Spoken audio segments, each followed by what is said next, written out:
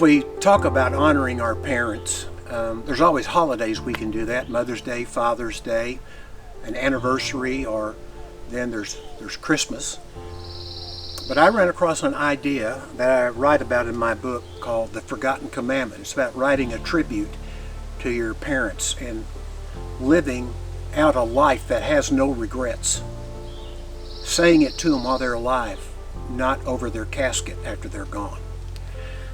And for a number of years I taught a class that was attended by 550, 600 college students and college graduates.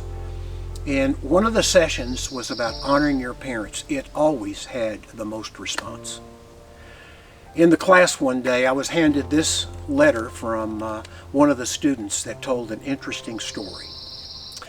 Dear Dennis, your lecture today brought to mind the importance of phone calls to our parents. My mother died about 1 year prior to my enlistment in the Air Force. As I departed New York City bound for San Antonio, Texas, my father took a day off to see me off to my new adventure. To my knowledge, it was the only day off he ever took. And other than my mother's funeral, it was the only time I ever saw him cry. I left with the promise that I would call him every Sunday at 2 p.m., and I was faithful to that promise. One Sunday, the phone rang and rang a long time, and when Dad finally did answer, I was truly concerned that something might be wrong. He assured me all was well. He seemed to have a lot to talk about that day. He expressed sorrow at not having been able to spend more time with me as a young lad growing up. I assured him that I understood, and all the times we did have together were memorable and meaningful. His closing words were, I love you, and I miss you. Those were the last words my father ever spoke to me. 2 days later, I received a phone call, and the voice on the other end said, Pops is dead. It was later determined that my dad suffered 2 heart attacks, one conceivably on the day I had called.